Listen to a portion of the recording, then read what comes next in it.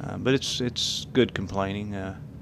Guys are a little bit sore and tender because your tempo's picked up, and obviously the workload's picked up. And when you talk about workload, you're talking about more wrestling and sprint work and just getting the cardiovascular system in shape. So I'm pleased. We're 3 weeks away from competing. We'll send a team down to OCC, Oklahoma City University. Most of those starters probably won't attend that, but the following week we kick off in Missouri in an open tournament that has always been a good test for us. So we're not where we need to be. I don't know if you ever are this early, but I'm still as excited as I was a month ago when we talked last. I like what I have. I like the energy level that I have in the room, and I see those 5 freshmen that started for us last year. Just see some maturity, and it just makes life a lot easier when you see that maturity, and they know what's getting ready to happen. They know what the season's like and know what to expect. It just allows you to focus on some areas that really make the difference in whether your team's going to get better. What would you say is different from this year as opposed to last year? Well, 14 freshmen turned into sophomores. That helped.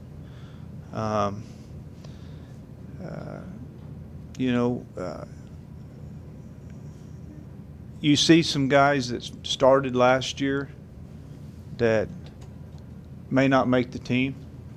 So it means you're developing a little bit of, you've got a little bit of depth on your squad. So although we had 5 freshmen starting for us, those 5 may not start this year. We have some juniors that started last year that better hump it, or they may not start. So just got some people in position, had a transfer that's kind of made the dynamics of our team look a little bit different as we're going into the season.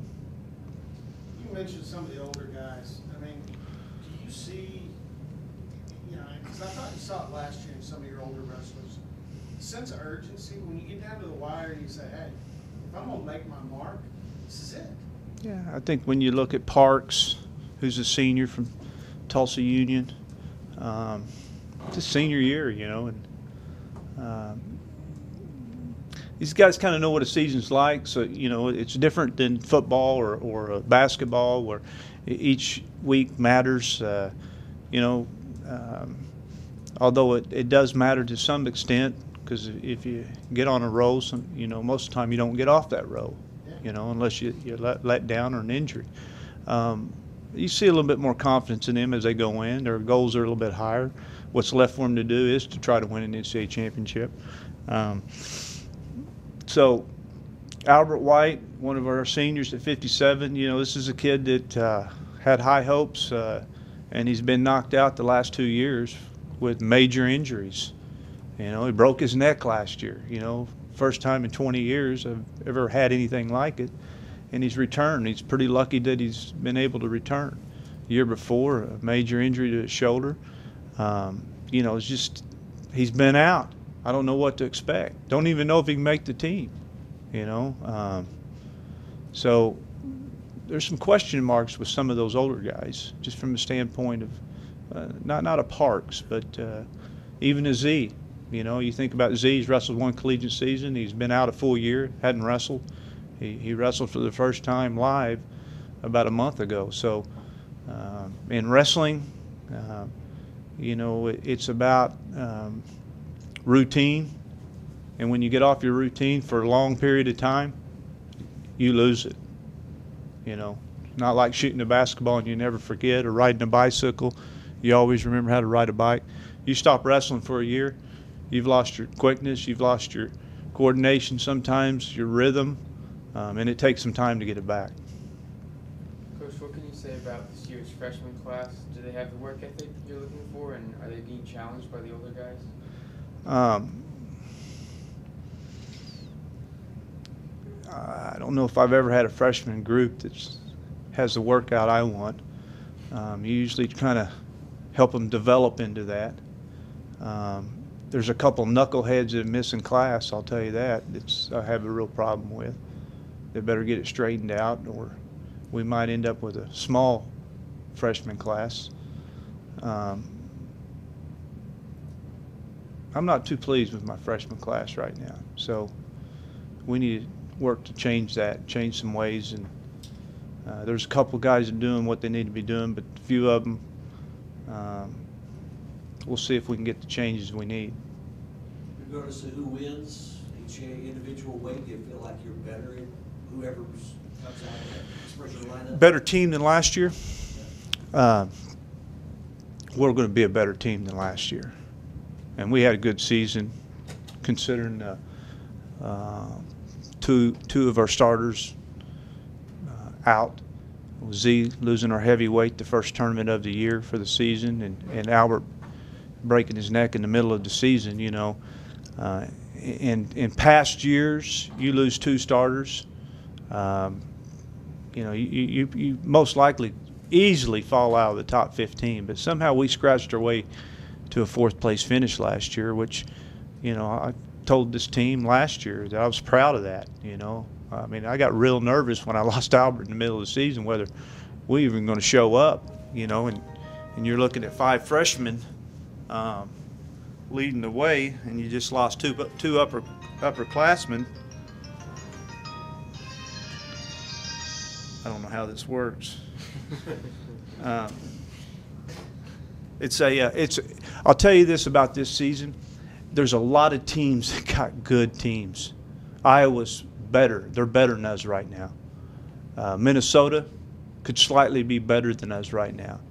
Penn State is way better than us right now. We have a lot of individuals that we just need to turn into superstars. I think that potential's there. You know, and if we can do that, then they're going to be looking at us saying they're loaded. You know, so that's our job as a staff, and obviously as student athletes, to believe in what we're trying to accomplish. But we're behind. There isn't any question. Doesn't mean we don't have a good team. We have a good team. I've won with teams like this. 2003 reminds me a lot of that 2003 team that won. You know, but we got to get better than that. You know, so go ahead. I'm guessing on a daily basis, Jordan is the catalyst in the room. I mean, when you look down there, it's kind of like a blur where he's working. He's you know, if you ever really want to watch something that over an hour and a half, 2 hours, people ought to come in and watch this guy work out. You know, he has created such good habits with his drilling, with the way he wrestles live. I mean, if you watch him on Friday night here in Gallagher Iba Arena, I mean, you're seeing that for 2 hours in the room, and you're just wondering, you know, how great a condition he has to be in order to do it. He's got a different set of challenges though this year, even though he's on right now, and everything's not perfect. His weight still needs to come down further, and that's always seems to be the last thing with him. He's got a whole different, you know, there's one thing for him to do, and it's to continue to be the best. And that challenge of repeating, as we know in all sports, is a great challenge, you know. And for him, my message to him, and it's been that from the beginning from the end of the year last year when he won, was you have to have a bigger goal than winning another NCAA championship. It's about winning the outstanding wrestler in the nation. It's about the number of falls you want, the number of major decisions you want. If not, you could find yourself struggling. You know, that's what champions have to experience. You know, and history has told us that you got to be real careful with what you do and how you approach things, because you can get real content with what you've done in the past when things get real rough or you deal with some adversity. So it's a different set of challenges. But he's got a lot of examples. He's got a lot of people that have gone before him, especially the last 10 years. You look at the number of multiple national champions, and 3/4 of them have come from here. You know, so he's got a lot of people that he knows, that he's met, that have won 2, that have won 3, and of course that have won 4. So that's what tradition does for you. If you embrace it, that's real important that he embraces that. The format for the national duels has changed this year. How does that play with you guys? Well, it's a great that, you know, we're going to have 6 of the top teams in the country here in February, second weekend of February. You know, we haven't seen that in Gallagher. The last time we've seen anything like that would be, you know, the last time the national championships was held here. You know, we have the Big 12, but the teams that are coming for that event are, you know, 6 of the strongest teams in the country. We win it here, and we're ranked the highest in the country. The national finals will be right here the following week. So, you know, obviously we're probably going to have to be ranked #1 going into the end of the year for that to happen. You know, and there's no promises we can get out of our own regional here in dual meet competition. So that's a long ways down the road, but it sure is an exciting format. And I really am pleased at the fact that they're trying something new. And I've been pushing for it years. You know, I'm tired of wrestling in Iowa, this event, you know, and it's a big disadvantage to us. And, you know, it's just good to see them make a change in the format. John, how much influence do you think that? Well, I wasn't going for a while. Oklahoma State wasn't attending. You know, it's not a national championship trophy that you receive. So, you know, we don't put it on any boards out here. We don't hang it from the rafters in Gallagher Iber Arena. So really it's another tournament. You know, they can call it what they want, you know, but I think a lot of people had the same thought that I did. It was time to do something different. It was becoming a little bit of a circus with you know, I don't know if you ever went to it, but you know, Division II, Division III, NAIA, junior college was there. It was just, you know, just in northern Iowa on the football field, you know, with 27 mats, and you know, it's just like you're spinning all day, you know. So. Coach, you talked about some question marks with some of your individuals. What weight class do you think has the most question marks going into the start of the season? Well, you know, I don't like to say question marks. I think we got commitments at those weights, but from a standpoint of challenging the nation, they're question marks. We may be a ways away, and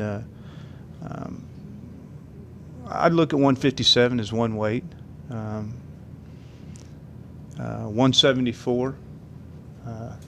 I think that's a weight that those 2 weights in particular concern me a little bit. But that's the only 2 at this point, you know. So, but those 2 weights have several guys at it. So hopefully we can find somebody that wants to step in and help this team. So you got a lineup in your head right now? No, I don't. You know, you look at 125. I like the commitment of Gladdy Rupp going back down. John Morrison struggling to make the weight last year, injured at the end, injured several times during the year. Just like that I have a little bit of depth there, you know, and what's making that a better situation for me is the commitment that Lad Rupp has right now of going and making the weight. Last year, struggled, mentally broke down at times with it. You know, and again, it goes back to having so many freshmen, you know. I like the case that I think we're set at 33. 41, you know, Luke Silver's going back down to challenge him. We got an option with Josh Kindig redshirting. Don't know what I'm going to do there. 49 set, 57's wide open. 65, we brought in a transfer from Missouri Valley, a NAIA national champion that looks good in the room. Wants to wrestle this year at 165. Well, you got a returner with Dallas Bailey from Catoosa that is a good kid and just didn't put it together last year at the end. I don't know if he was good enough to be an All-American, but darn sure didn't wrestle well at the end. But that's a year of experience. And you know, 74 is wide open. You look at 97, you know, we brought Kel Byers in from George Mason and, you know, won him over Iowa there at the end. And you know, all of a sudden Blake Rushholt's alive and he's not ready to give it up. You know, I've never known a Rushholt to quit, you know, and just say, here's the spot. So, you know, I mean, there's some question. Who's going to be the guy at 97? I mean, I think a lot of people have slotted Byers in, but I think Blake Rushholt's going. Just a minute here. I got something to say about it, and I've been seeing those words in the workout room. It's been fun with him. Different mentality.